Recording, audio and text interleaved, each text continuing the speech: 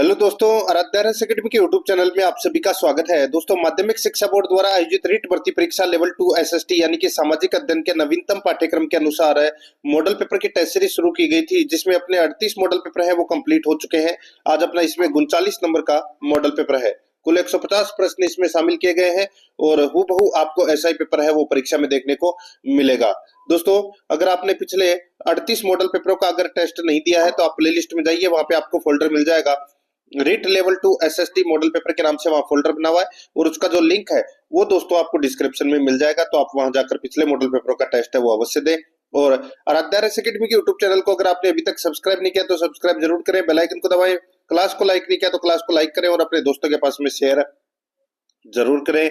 तो चलिए दोस्तों, शुरू करते हैं आज का अपना मॉडल पेपर नंबर 39। सबसे पहले अपन दोस्तों भाग द यानी कि सामाजिक अध्ययन के 60 प्रश्न पढ़ेंगे। उसके बाद में 1 से 90 तक बाल विकास, हिंदी और संस्कृत से संबंधित प्रश्न है वो पढ़ेंगे। देखिए दोस्तों, यहाँ पे 91 नंबर का प्रश्न है। निम्न में से कौन सा एक संस्कार जन्म के बाद में संपन्न किया जाता है जबकि बाकी के जन्म से पहले? बताइए, कौन सा एक संस्कार जन्म के बाद संपन्न किया जाता है बाकी के जन्म के पहले? तो दोस्तों, इसका जो राइट आंसर हो जाएगा, देखिए, गर्भाधान, पुंसवन और सीमंतोनयन, ये तीनों संस्कार है वो दोस्तों जन्म से पहले किए जाते हैं। यहाँ पर है समावर्तन है, ये दोस्तों जन्म के बाद में किया जाने वाला संस्कार है। तो यहाँ पर अपना इसमें राइट आंसर क्या हो जाएगा, वो है डी नंबर का ऑप्शन, बिल्कुल सही। नेक्स्ट आगे देखिए, महावीर स्वामी को मोक्ष की प्राप्ति कहाँ हुई थी? बताइए, 92 नंबर का प्रश्न है।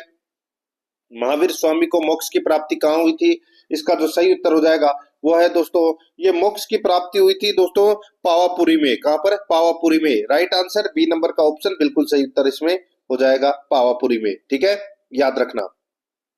आगे देखिए दोस्तों, यहाँ पे 93 नंबर का प्रश्न है। 16 महाजनपदों में सबसे शक्तिशाली महाजनपद कौन सा था? 16 महाजनपदों में सबसे शक्तिशाली महाजनपद कौन सा था? तो दोस्तों वो था मगध।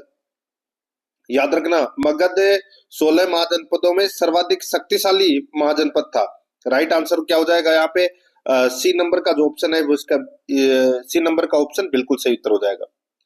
94 नंबर का प्रश्न इसमें देखिए, निम्न में से अशोक के किस प्रमुख शिलालेख में वचोगति, बहुश्रुत एवं समवाय पर बल दिया था जिसमें उसकी धार्मिक सहिष्णुता नीति का प्रकटीकरण होता है? निम्न में से अशोक के किस प्रमुख शिलालेख में वचोगति, बहुश्रुत एवं समवाय पर बल दिया था जिसमें उनकी धार्मिक सहिष्णुता नीति का प्रकटीकरण होता है? तो दोस्तों कौन से शिलालेख में? इसका सही उत्तर हो जाएगा वो है दोस्तों शिलालेख 12 में। शिलालेख 12 में। तो राइट आंसर हो जाएगा सी नंबर ऑप्शन, बिल्कुल सही उत्तर इसमें हो जाएगा। नेक्स्ट आगे देखिए, 95 नंबर का प्रश्न है। मौर्य प्रशासन में निम्नलिखित में से कौन सा अधिकारी भूमि की माप और उनकी सीमाओं का निर्धारण करने के लिए उत्तरदायी था? मौर्य प्रशासन में निम्नलिखित में से कौन सा अधिकारी भूमि की माप और उनकी सीमाओं का निर्धारण करने के लिए उत्तरदायी था? तो वो था दोस्तों रज्जुक। कौन था? रज्जुक। यहाँ पर बी नंबर का जो ऑप्शन है वो इसका बिल्कुल सही उत्तर हो जाएगा। ये जिला स्तर का सबसे महत्वपूर्ण अधिकारी होता था दोस्तों। ठीक है, जैसे वर्तमान में जिला कलेक्टर होता है वैसे। आगे देखिए, यहाँ पे 96 नंबर का प्रश्न है। प्रयाग प्रशस्ति में समुद्रगुप्त के कितने प्रियंत राज्यों यानी कि सीमावर्ती राज्यों का उल्लेख है? बताइए, प्रयाग प्रशस्ति में समुद्रगुप्त के कितने सीमावर्ती राज्यों का उल्लेख है? तो यहाँ पर इसका राइट आंसर हो जाएगा वो है दोस्तों 5। ठीक है, तो यहाँ पर इसमें राइट आंसर बी नंबर का ऑप्शन बिल्कुल सही उत्तर हो जाएगा 5, याद रखना। नेक्स्ट आगे देखिए, निम्न में से किसने देवी चंद्रगुप्तम नाटक की रचना की थी? देवी चंद्रगुप्तम नाटक की जो रचना है वो किसने की थी? दोस्तों वो की थी विशाख दत्त ने। यहाँ पर सी नंबर का ऑप्शन बिल्कुल सही उत्तर इसमें हो जाएगा विशाख दत्त ने। ठीक है, और इन्होंने दोस्तों एक मुद्रा राक्षस नामक ग्रंथ की भी रचना की थी, वो भी नाटक था। सी नंबर ऑप्शन बिल्कुल सही। ठीक है, तो यहाँ पर सी नंबर ऑप्शन बिल्कुल सही। आगे देखिए, यहाँ पे त्रिपक्षीय संघर्ष में इनमें से कौन सा वंश सम्मिलित नहीं था? त्रिपक्षीय संघर्ष में इनमें से कौन सा वंश सम्मिलित नहीं था? तो दोस्तों इसका राइट आंसर क्या हो जाएगा? वो है, देखिए, राष्ट्रकूट था, प्रतिहार था, ठीक है, पाल था, लेकिन चोल वंश नहीं था दोस्तों, ठीक है, चोल वंश नहीं था। ये पाल, गुर्जर प्रतिहार और राष्ट्रकूट के बीच त्रिकोणीय संघर्ष है वो चला था दोस्तों ये, ठीक है। राइट आंसर हो जाएगा इसमें सी नंबर ऑप्शन, बिल्कुल सही। आगे देखिए, अब्बुल फजल के अनुसार सूफियों के कितने संप्रदाय थे? अब्बुल फजल के अनुसार सूफियों के कितने संप्रदाय थे दोस्तों? इसका राइट आंसर हो जाएगा वो है 14 संप्रदाय थे दोस्तों, ठीक है। राइट आंसर हो जाएगा यहाँ पे सी नंबर का ऑप्शन, बिल्कुल सही। अब्बुल फजल ने एक ग्रंथ लिखा था आईने अकबरी, और उसमें 14 सिलसिलों का उल्लेख किया गया है। सी नंबर ऑप्शन सही। आगे देखिए, नेक्स्ट 100 नंबर का प्रश्न है, इसमें देखिए, निम्न में से कौन खानवा के युद्ध में सम्मिलित नहीं हुआ था? खानवा के युद्ध में कौन सम्मिलित नहीं हुआ था दोस्तों? खानवा का युद्ध है वो राणा सांगा और दोस्तों बाबर के मध्य हुआ था, और इसमें कौन सम्मिलित नहीं हुआ था वो अपने को यहाँ पर बताना है दोस्तों। आपको पता चल गया होगा यहाँ पे, जो ये हाकिम का सूर है, ये दोस्तों हल्दी घाटी के युद्ध में था, खानवा के युद्ध में नहीं था। बाकी हसन खां मेवाती, महमूद लोधी और मेदिनी राय, ये तीनों सम्मिलित थे। राइट आंसर हो जाएगा यहाँ पे सी नंबर का ऑप्शन, बिल्कुल सही उत्तर इसमें हो जाएगा, ठीक है।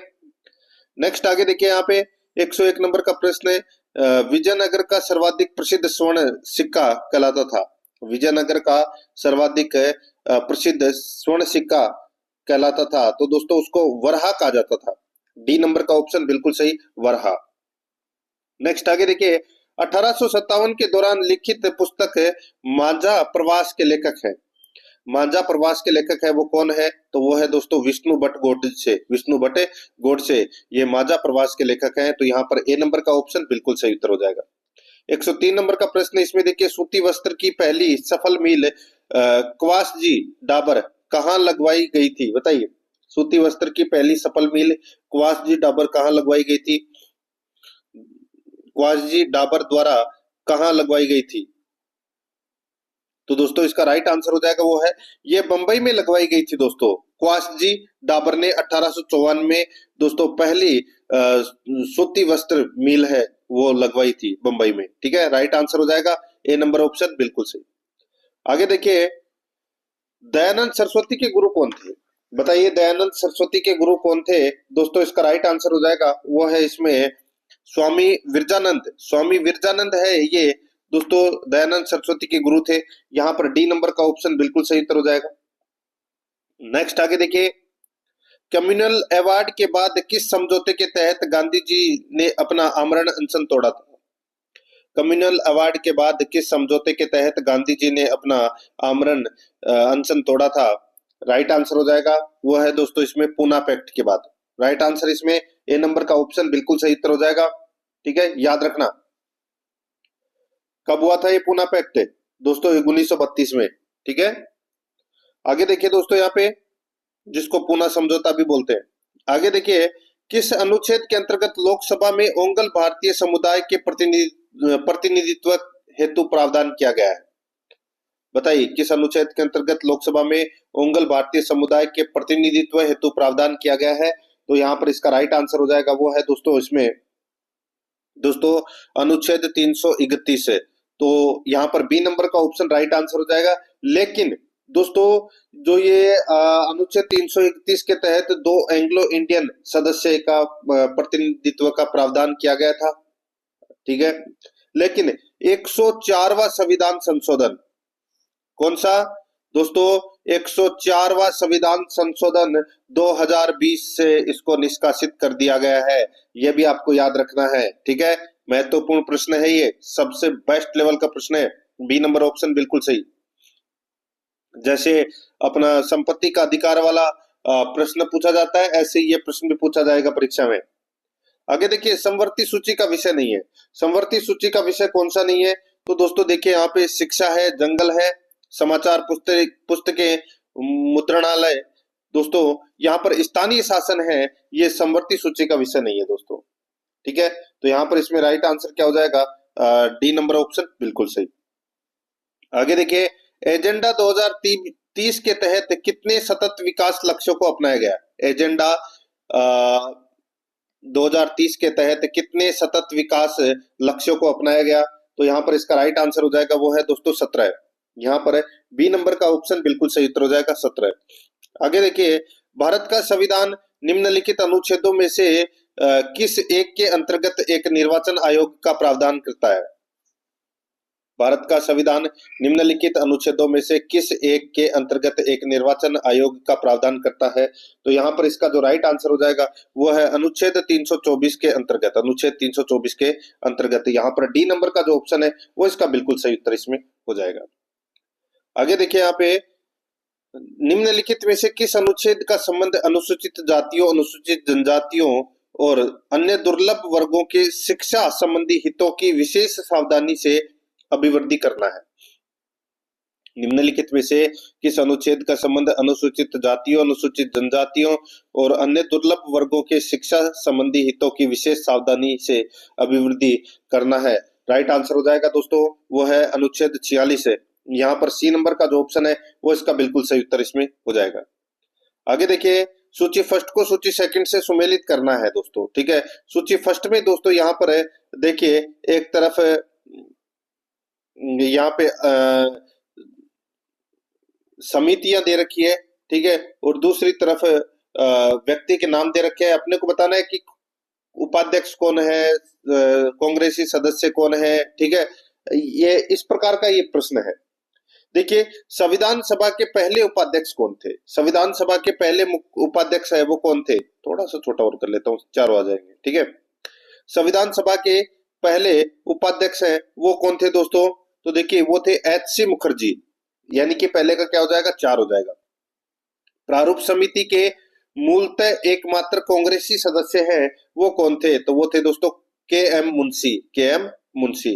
राजस्थान की रियासतों का प्रतिनिधित्व करने वाले संविधान सभा के जो सदस्य थे वो कौन थे? तो वो थे दोस्तों वी.टी. कृष्णामाचारी, ठीक है।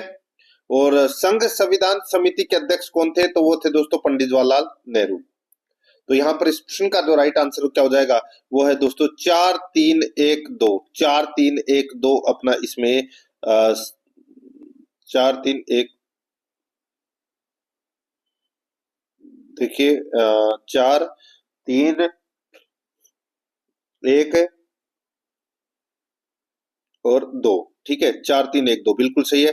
तो कौन सा ऑप्शन हो जाएगा? तो यहाँ पर देखिए बी नंबर वाला ऑप्शन है वो अपना इसमें सही उत्तर हो जाएगा 4 3 1 2।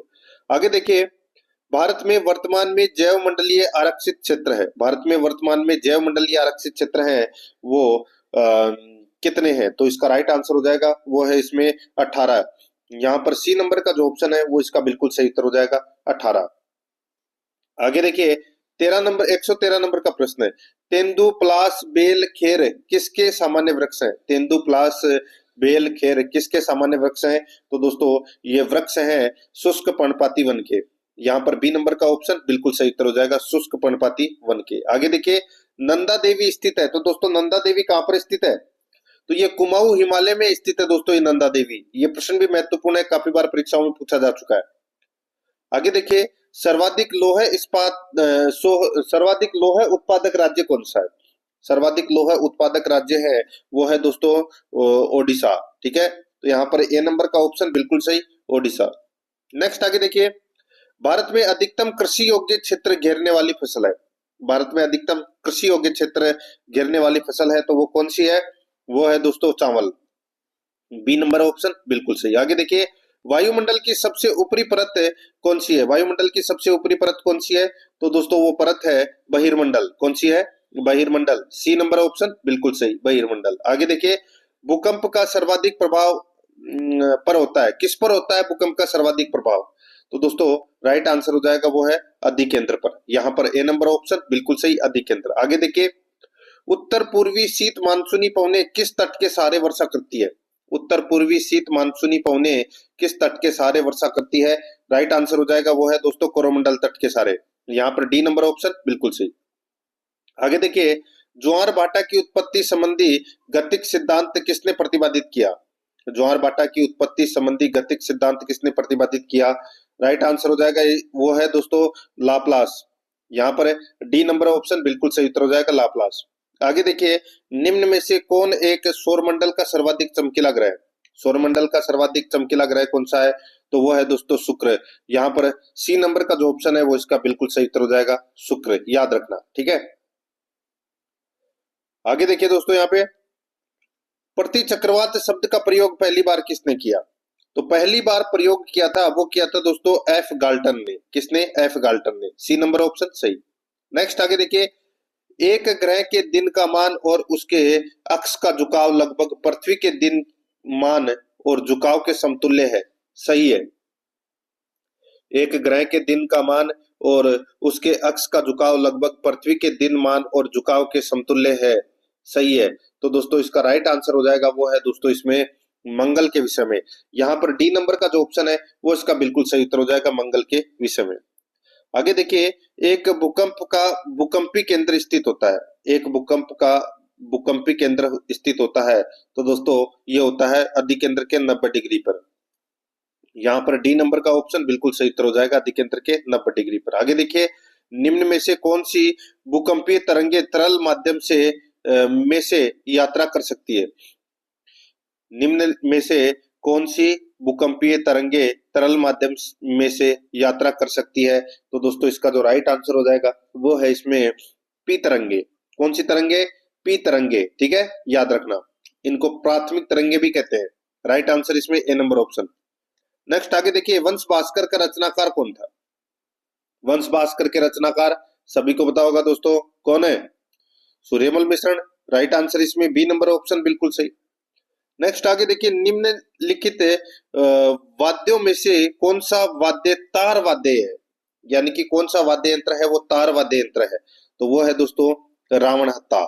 यहाँ पर ए नंबर का जो ऑप्शन है वो इसका बिल्कुल सही उत्तर हो जाएगा रावण हत्था।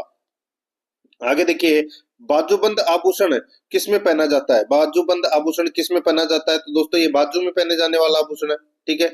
तो यहाँ पर इसमें राइट आंसर क्या हो जाएगा? यानी कि आप बोल सकते हैं भुजा। बाजू को क्या बोल सकते हैं? भुजा बोल सकते हैं। तो यहाँ पर इसमें बी नंबर ऑप्शन बिल्कुल सही। नेक्स्ट आगे देखिए, लच्छीराम का संबंध किस लोक नाट्य से है? लच्छीराम का संबंध किस लोक नाट्य से है? तो वो है दोस्तों कुचामनी ख्याल से। यहाँ पर बी नंबर ऑप्शन बिल्कुल सही उत्तर हो जाएगा कुचामनी ख्याल से। आगे देखिए, तेजाजी का जन्म किस जिले में हुआ था? तेजाजी का जन्म कौन से जिले में हुआ था? राइट आंसर हो जाएगा दोस्तों नागौर जिले में हुआ था दोस्तों तेजाजी का जन्म, ठीक है, खड़नाल नागौर में।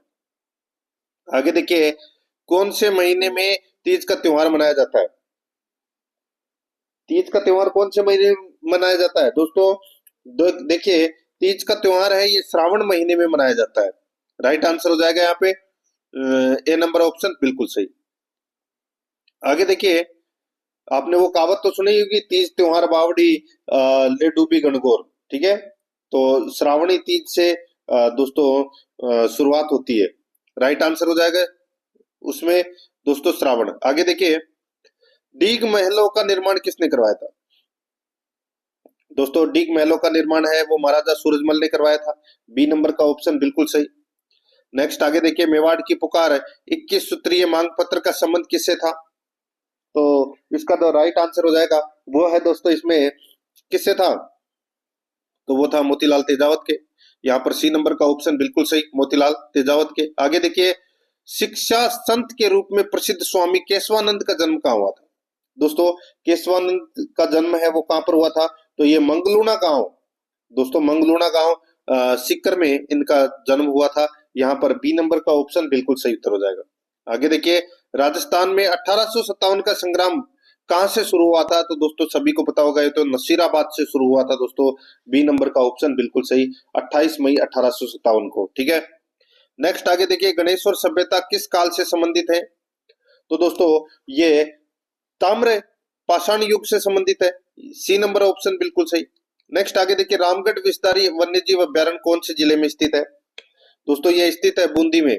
कहां पर है? बूंदी में। नेक्स्ट, राजस्थान की सबसे वृहत सिंचाई परियोजना कौन सी है?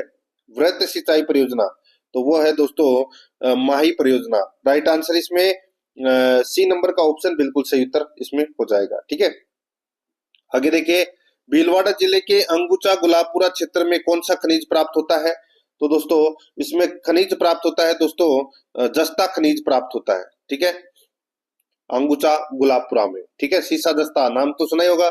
यहाँ पर ए नंबर ऑप्शन बिल्कुल सही। आगे देखिए, कायलाना झील कहाँ पर स्थित है, ये तो सभी को पता होगा। कायलाना झील है वो दोस्तों जोधपुर में है। राइट आंसर इसमें ए नंबर ऑप्शन बिल्कुल सही उत्तर हो जाएगा। मीठे पानी की झील है दोस्तों ये। नेक्स्ट आगे देखिए, यहाँ पे नवीन राष्ट्रीय शिक्षा नीति 2020 के अनुसार कक्षा 1 से 12 तक का शिक्षा व्यवस्था का नवीन ढांचा कौन सा है? नवीन राष्ट्रीय शिक्षा नीति 2020 के अनुसार कक्षा 1 से 12 तक का शिक्षा व्यवस्था का नवीन ढांचा है, तो वो कौन सा है? तो वो है दोस्तों 3+, कौन सा है नवीन ढांचा? नया ढांचा है दोस्तों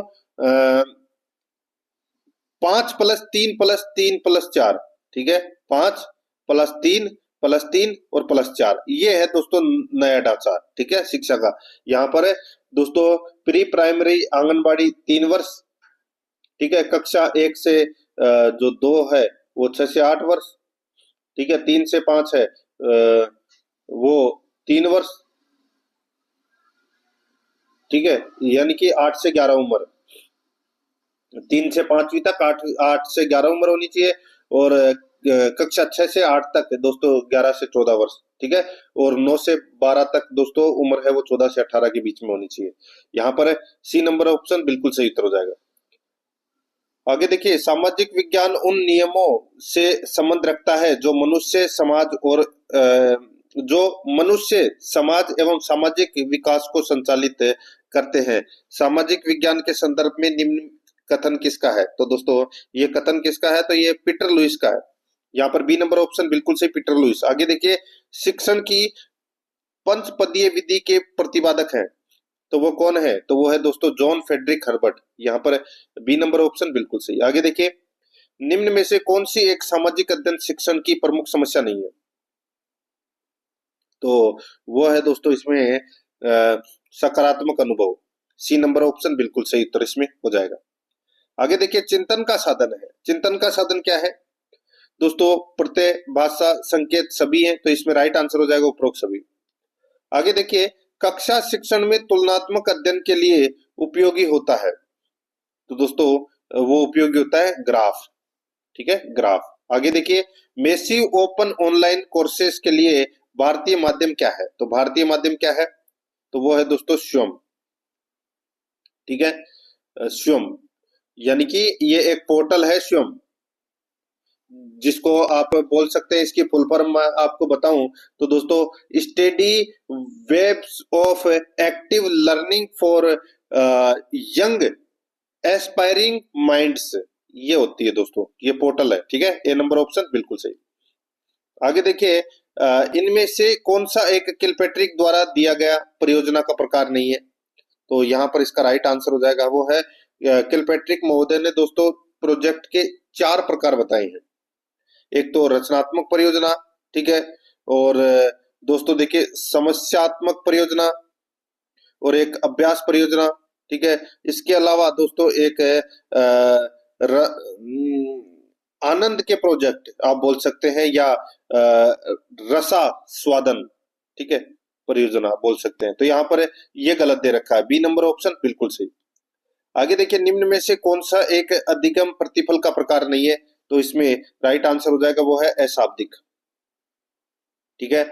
अधिगम प्रतिफलों को 5 मुख्य प्रकारों में बांटा गया है: बौद्धिक कौशल, संज्ञानात्मक रणनीति, शाब्दिक प्रतिफल, शारीरिक कौशल और मनोवृत्ति। लेकिन ये अशाब्दिक नहीं है, तो यहाँ पर बी नंबर ऑप्शन बिल्कुल सही। आगे देखिए, मूल्यांकन एक ऐसी क्रमबद्ध प्रक्रिया है जो हमें यह बताती है कि बालक ने किस सीमा तक किन उद्देश्यों को प्राप्त किया है। मूल्यांकन से संबंधित निम्न कथन किसका है? तो दोस्तों ये कथन है, ये डांडेकर का कथन है।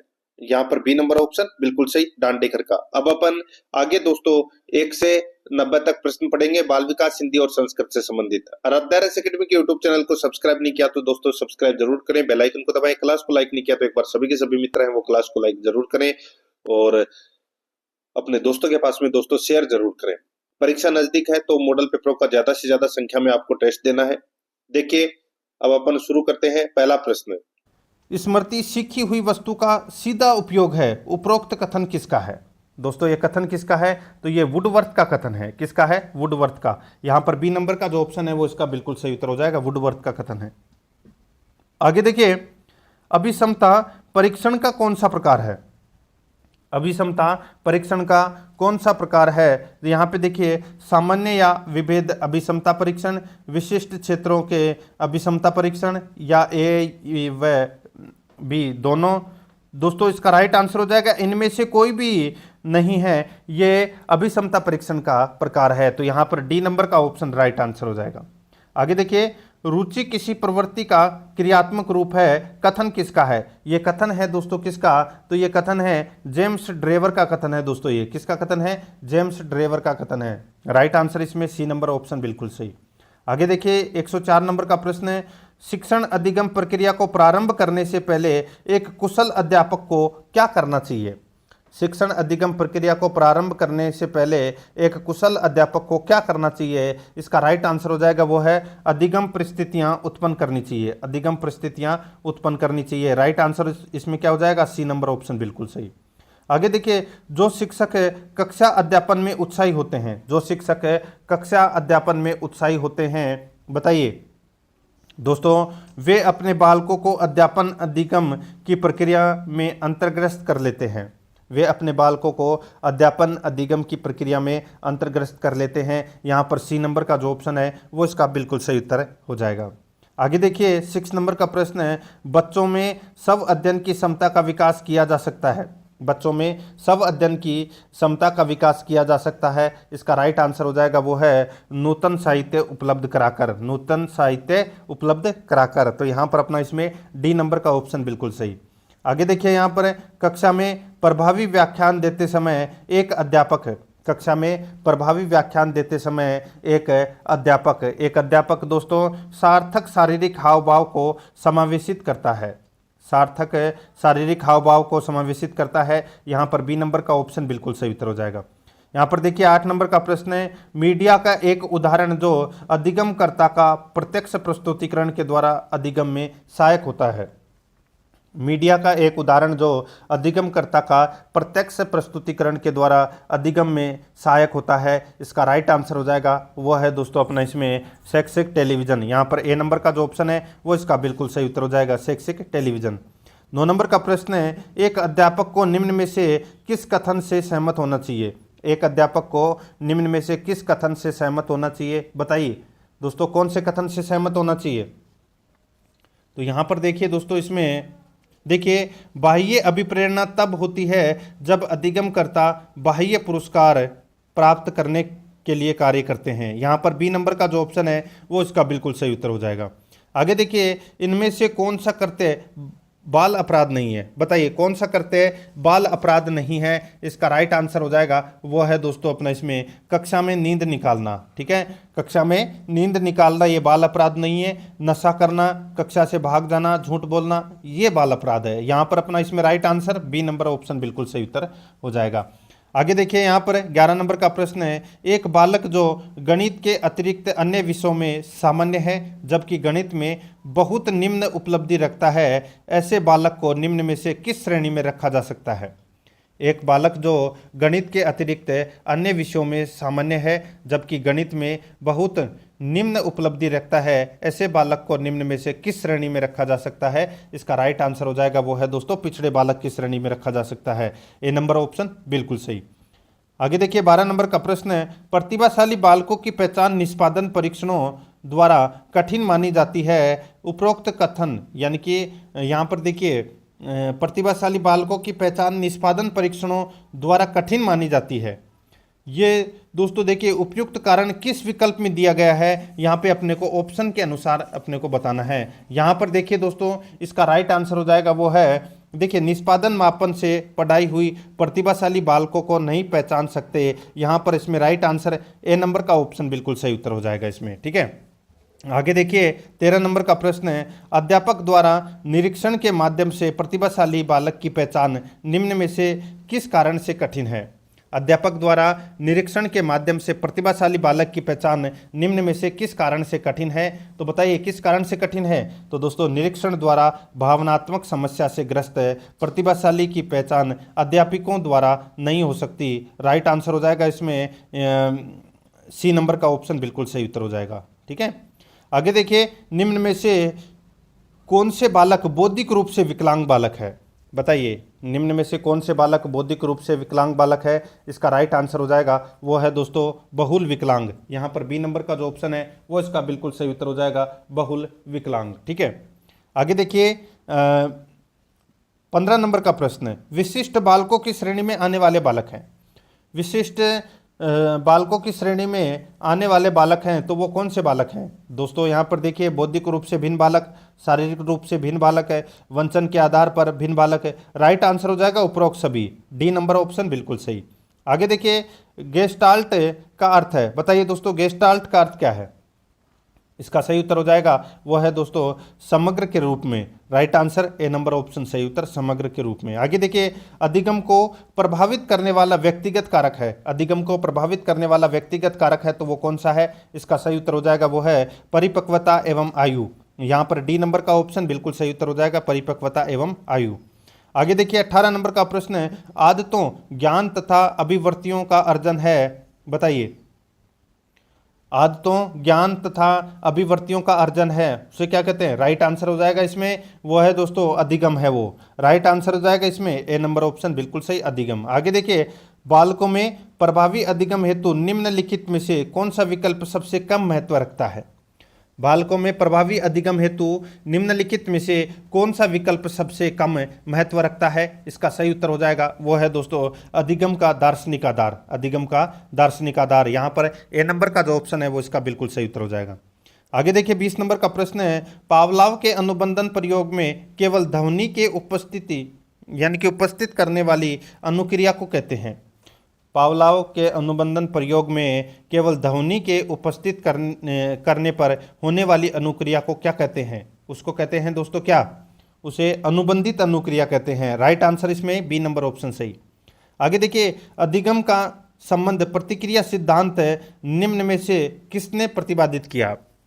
अधिगम का संबंध प्रतिक्रिया सिद्धांत निम्न में से किसने प्रतिपादित किया?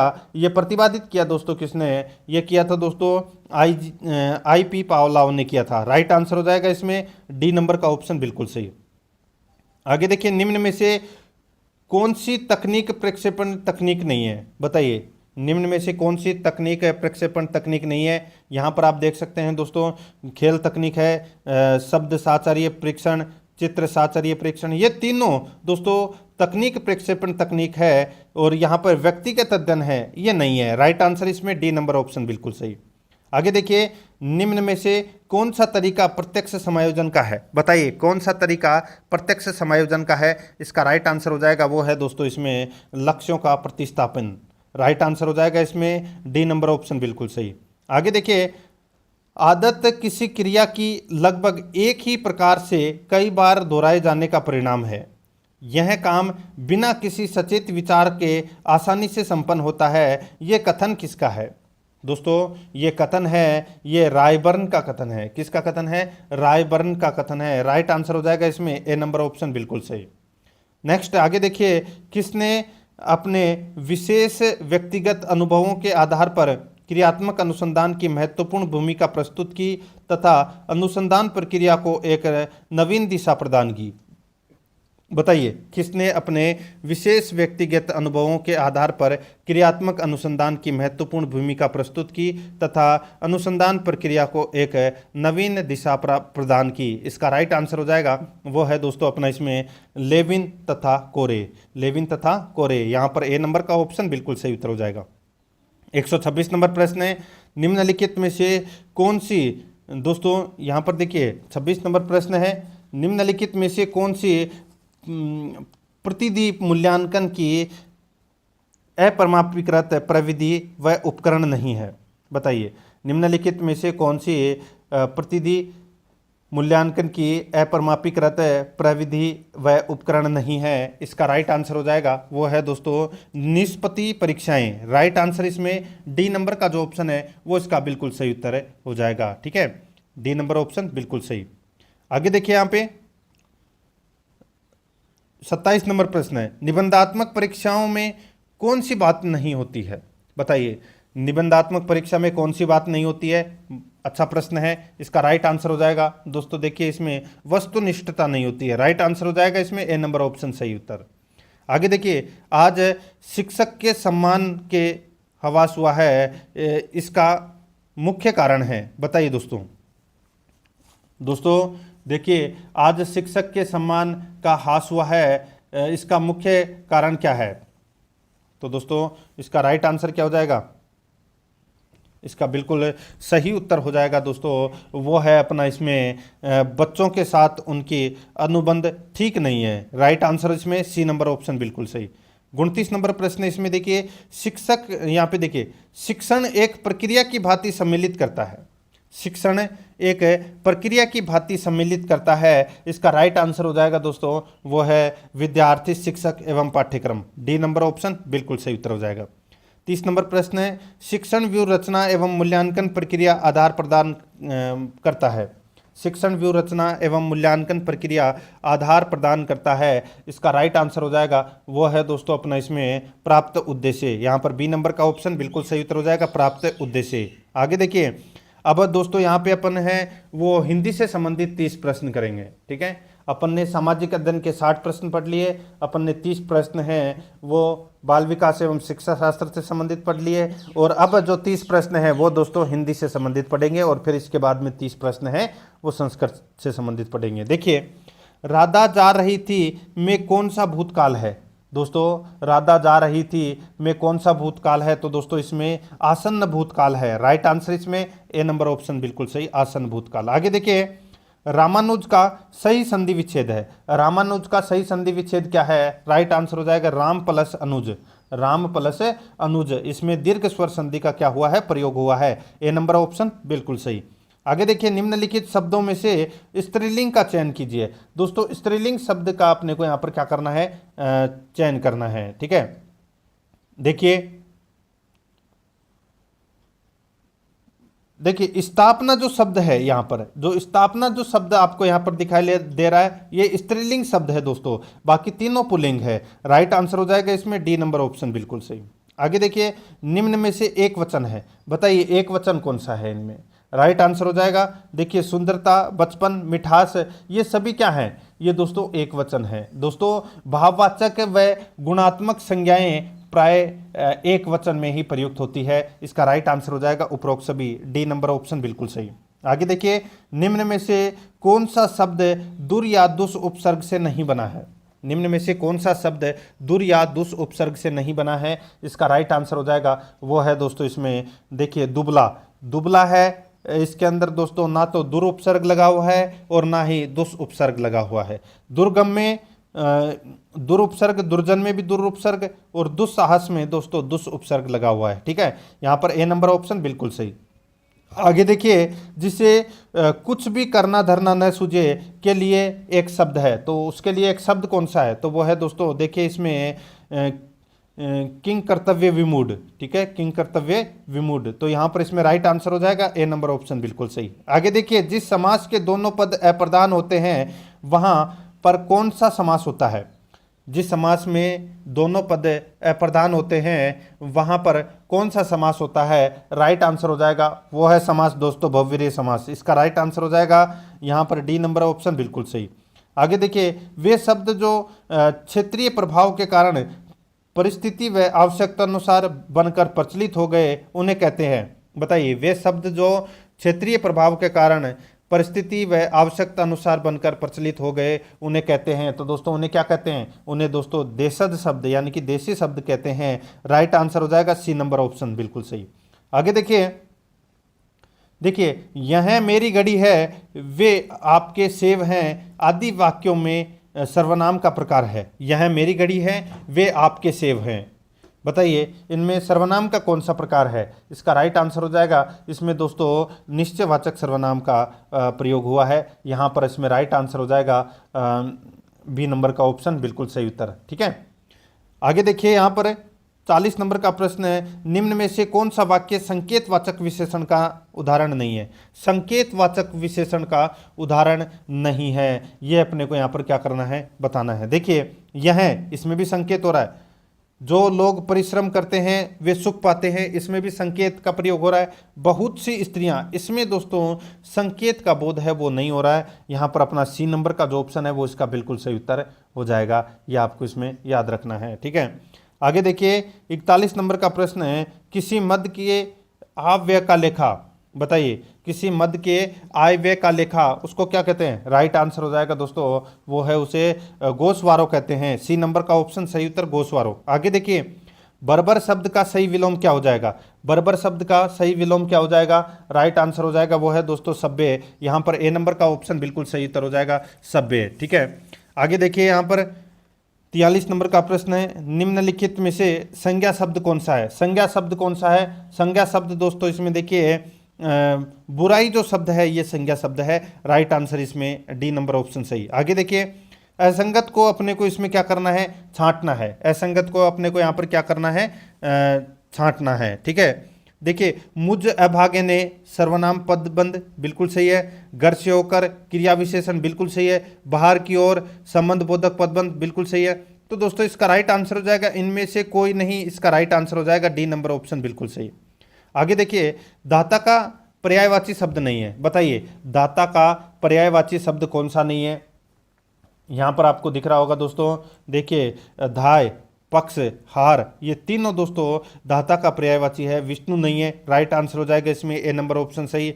आगे देखिए आप चाय लेंगे या दूध रेखांकित पदबंध में अवयव है। अच्छा प्रश्न है दोस्तों, यहाँ पर आप चाय लेंगे या दूध, यहाँ पर दोस्तों अवयव है वो कौन सा है? राइट आंसर हो जाएगा इसमें, इसका सही उत्तर है वो है दोस्तों समुच्चय बोधक अवयव। तो राइट आंसर हो जाएगा इसमें डी नंबर का ऑप्शन बिल्कुल सही।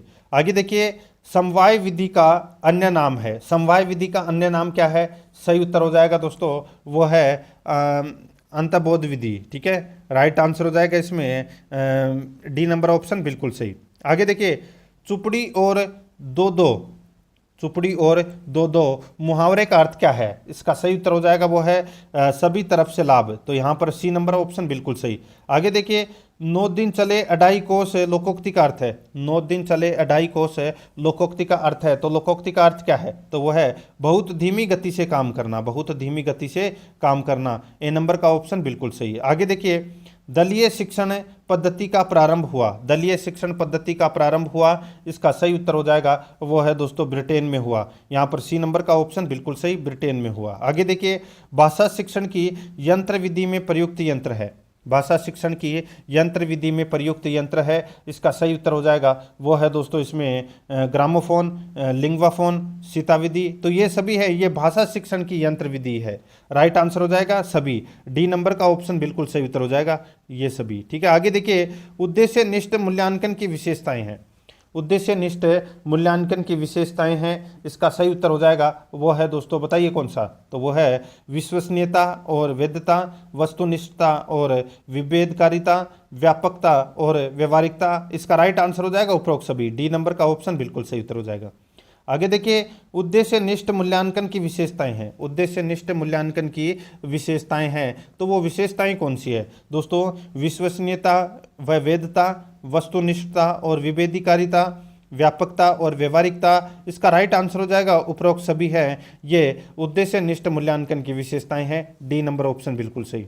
आगे देखिए हर्बर्ट की पाठ योजना में कितने सोपान हैं? दोस्तों हर्बर्ट की पाठ योजना में कितने सोपान हैं? तो दोस्तों आपको पता होना चाहिए 5 सोपान है। इसका right answer B number option हो जाएगा। वो 5 सोपान कौन कौन से हैं? तो दोस्तों प्रस्तावना, विषयोस्थापन, तुलना, सामान्यीकरण, प्रयोग, ये 5 पाठ योजना में सोपान है। राइट आंसर हो जाएगा इसमें बी नंबर ऑप्शन बिल्कुल सही। आगे देखिए रसानुभूति पाठ का संबंध होता है। रसानुभूति पाठ का संबंध होता है, इसका सही उत्तर हो जाएगा वो है दोस्तों भावात्मकता से। ठीक है, भावात्मकता से, ठीक है। राइट आंसर इसमें ए नंबर ऑप्शन बिल्कुल सही। देखिए यहाँ पे अपने को गद्यांश पढ़कर उत्तर देना था, अपन डायरेक्ट चल रहे हैं, ठीक है, गद्यांश नहीं पढ़ रहे। देखिए यहाँ पे 56 नंबर प्रश्न है, सामाजिक कार्य तथा शोध संस्थान का मुख्य उद्देश्य था। बताइए, सामाजिक कार्य तथा शोध संस्थान का मुख्य उद्देश्य था, तो वो उद्देश्य था दोस्तों उन्हें स्वावलंबी आत्मनिर्भर बनाना। बी नंबर ऑप्शन बिल्कुल सही उत्तर हो जाएगा। आप ये गद्यांश पढ़ोगे तो ऑटोमेटिक इस प्रश्न का आंसर आप दे सकते हैं। आगे देखिए, आत्म उपसर्ग किस शब्द में नहीं है? बताइए, आत्म उपसर्ग किस शब्द में नहीं है? यहाँ पर अपना इसमें राइट आंसर हो जाएगा वो है दोस्तों, देखिए परमात्मा। परमात्मा में जो आत्म उपसर्ग है ये नहीं है, बाकी आत्मीय, आत्मसम्मान और आत्मनिर्भर, इन तीनों के अंदर दोस्तों आत्म उपसर्ग है। राइट आंसर इसमें सी नंबर ऑप्शन बिल्कुल सही। आगे देखिए, शताब्दी समास का उदाहरण है, ये तो सभी को पता होगा दोस्तों, शताब्दी राइट आंसर हो जाएगा। बताइए दोस्तों, इसका बिल्कुल सही उत्तर हो जाएगा वो है अपना इसमें द्विगु समाज, क्योंकि ये संख्यावाचक है। राइट आंसर इसमें ए नंबर ऑप्शन बिल्कुल सही। आगे देखिए, निम्नलिखित में से संज्ञा का उदाहरण नहीं है। संज्ञा का उदाहरण कौन सा नहीं है दोस्तों? राइट आंसर हो जाएगा वो है अनुशासित है। ये दोस्तों संज्ञा का उदाहरण नहीं है, बाकी स्वावलंबन, अनुशासन और आत्मनिर्भरता ये संज्ञा के उदाहरण है। सी नंबर ऑप्शन बिल्कुल सही उत्तर हो जाएगा। आगे देखिए, इसमें उपयोगी शब्द का विलोम है। उपयोगी शब्द का विलोम है तो वो कौन सा है? इसका राइट आंसर हो जाएगा अनुपयोगी, ठीक है। राइट आंसर क्या हो जाएगा इसमें? ए नंबर का ऑप्शन बिल्कुल सही, अनुपयोगी। अब देखिए यहाँ पे संस्कृत से संबंधित प्रश्न है वो अपने शुरू हो चुके हैं। मुझे संस्कृत कम आती है तो आपको स्क्रीन के ऊपर भी ध्यान देना है, ठीक है, और खुद भी पढ़ने की कोशिश करना है। मैं आपको बिल्कुल सही आंसर बताऊंगा। यहाँ पे देखिए, माम उभयत स्थिताः वृक्षाः इत्यस्य इसमें वाक्य अवयव शब्द है अस्ति। बताइए इसमें अवयव जो शब्द है वो कौन सा है? राइट आंसर हो जाएगा इसमें वो है दोस्तों उभयत है, ये दोस्तों अवयव शब्द है। राइट आंसर इसमें बी नंबर ऑप्शन सही। आगे देखिए, दृष्टत्वा इत्यत्र पदे प्रत्यय है। बताइए इसमें प्रत्यय कौन सा है दृष्टत्वा में? राइट आंसर हो जाएगा वो है दोस्तों अपना इसमें तवा प्रत्यय है इसमें, ठीक है। ए नंबर ऑप्शन बिल्कुल सही। आगे देखिए, प्रकृति शब्दे उपसर्ग है हस्ति। बताइए प्रकृति शब्द में उपसर्ग कौन सा है? राइट आंसर हो जाएगा वो है दोस्तों प्रह उपसर्ग है इसमें। Right answer A number option. आगे देखिए, राजमार्गो अस्मिन पदे संधि है अस्ति। बताइए इसमें कौन सा इसमें कौन सी संधि है?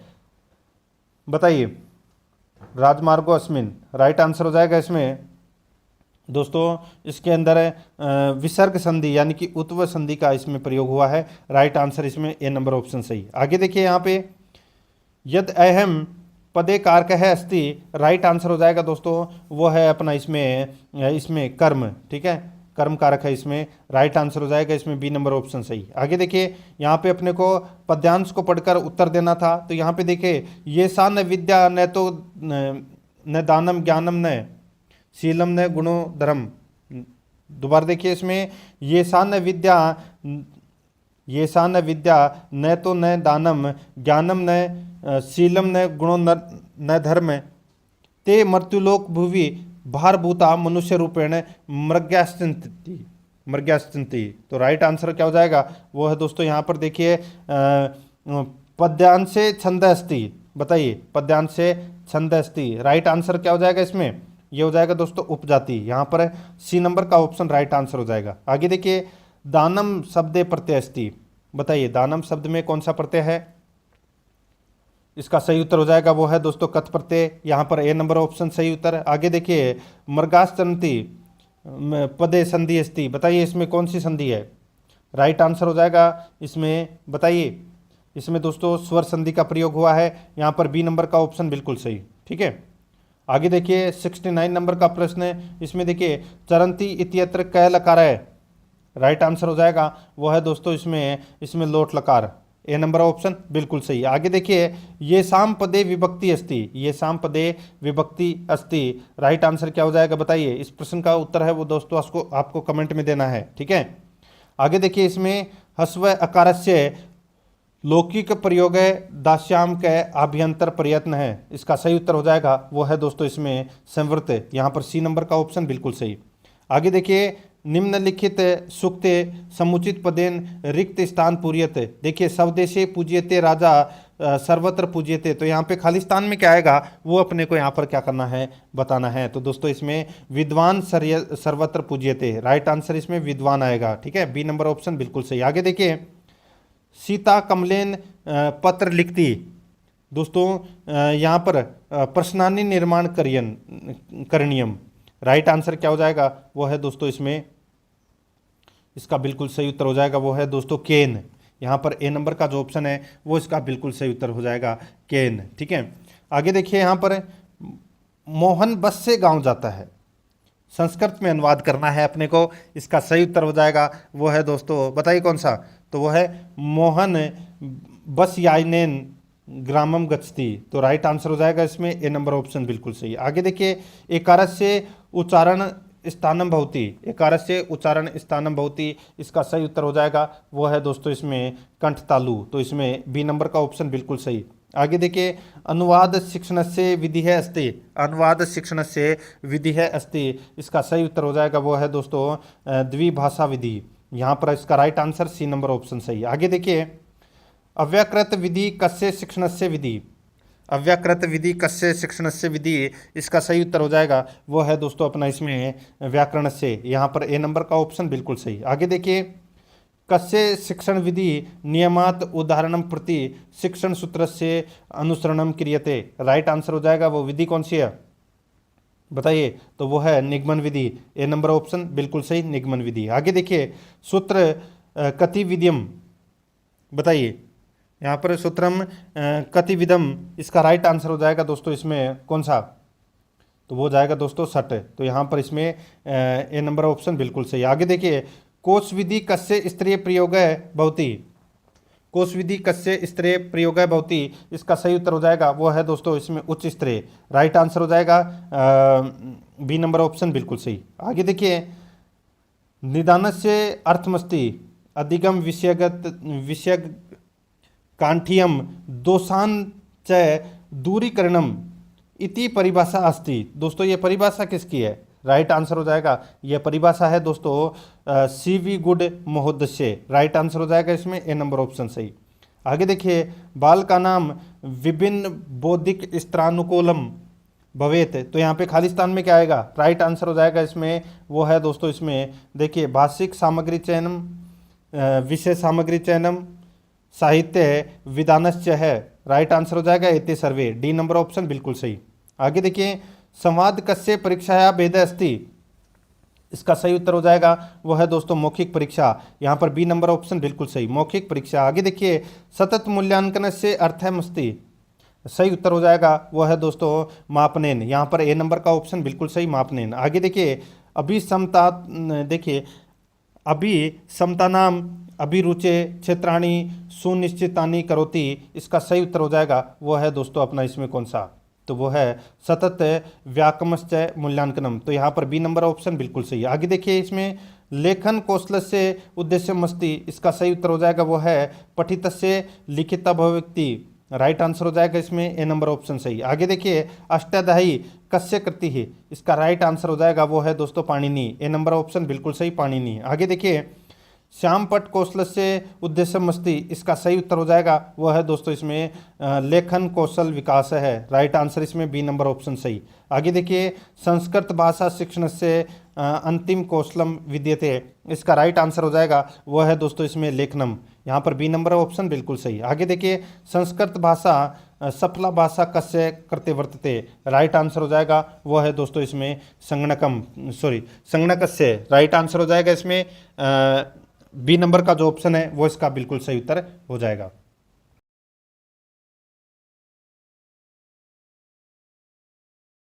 तो दोस्तों, मॉडल पेपर आपको कैसा लगा कमेंट में जरूर बताएं, और आराध्या आरएस एकेडमी के यूट्यूब चैनल को सब्सक्राइब जरूर करें, बेल आइकन को दबाएं, क्लास को लाइक नहीं किया तो क्लास को लाइक करें और अपने दोस्तों के पास में शेयर जरूर करें।